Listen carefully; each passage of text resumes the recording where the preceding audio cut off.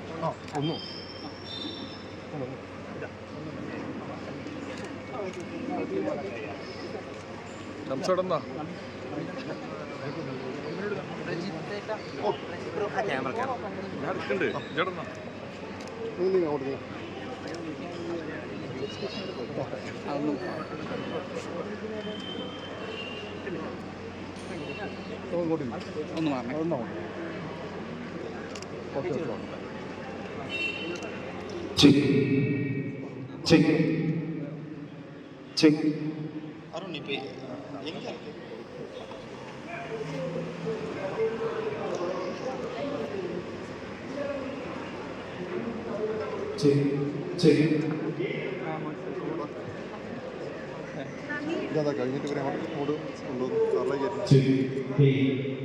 ഇല്ല, പിന്നെ അങ്ങോട്ട് വന്നിട്ടില്ല. അല്ല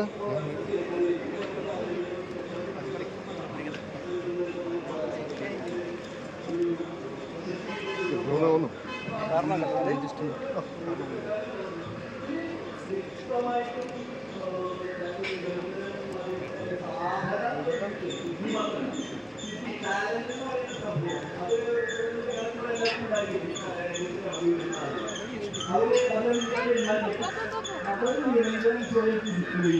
പുതിയ വായനയിലേക്ക് പോവുകയും അതുപോലെ പുതിയ ജീവിതത്തിൽ ബന്ധപ്പെടുത്തുകയും സാധനം പറയാനില്ല.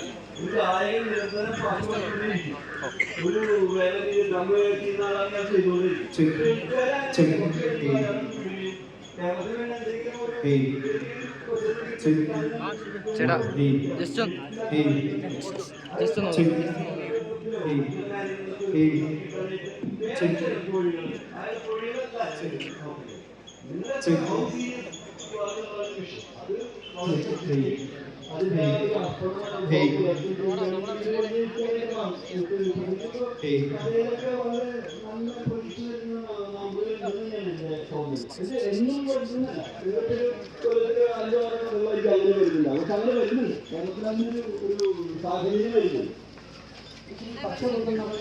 പുതിയ കഥാപാത്രമില്ല. ആ കഥയെക്കുറിച്ച് സ്വകാര്യ സംഭാഷണത്തിൽ സന്തോഷം പറയുന്നുണ്ടായി.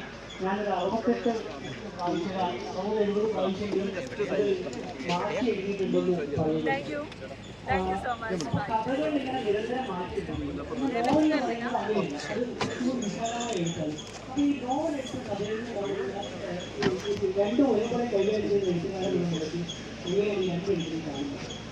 ഞാൻ ഈ എൻ്റെ ഉത്തരവായിട്ട് വേറൊരു ഉത്തരവായിട്ട് പറയാം. അതായത് കാർലോസ് യൂൾഡോസ് എന്ന് പറയുന്ന മെക്സിക്കൻ എഴുത്തുകാരൻ, അദ്ദേഹം ഒരു ലാറ്റിൻ അമേരിക്കൻ കഥകളുടെ ഒരു കളക്ഷൻ ഇറക്കി.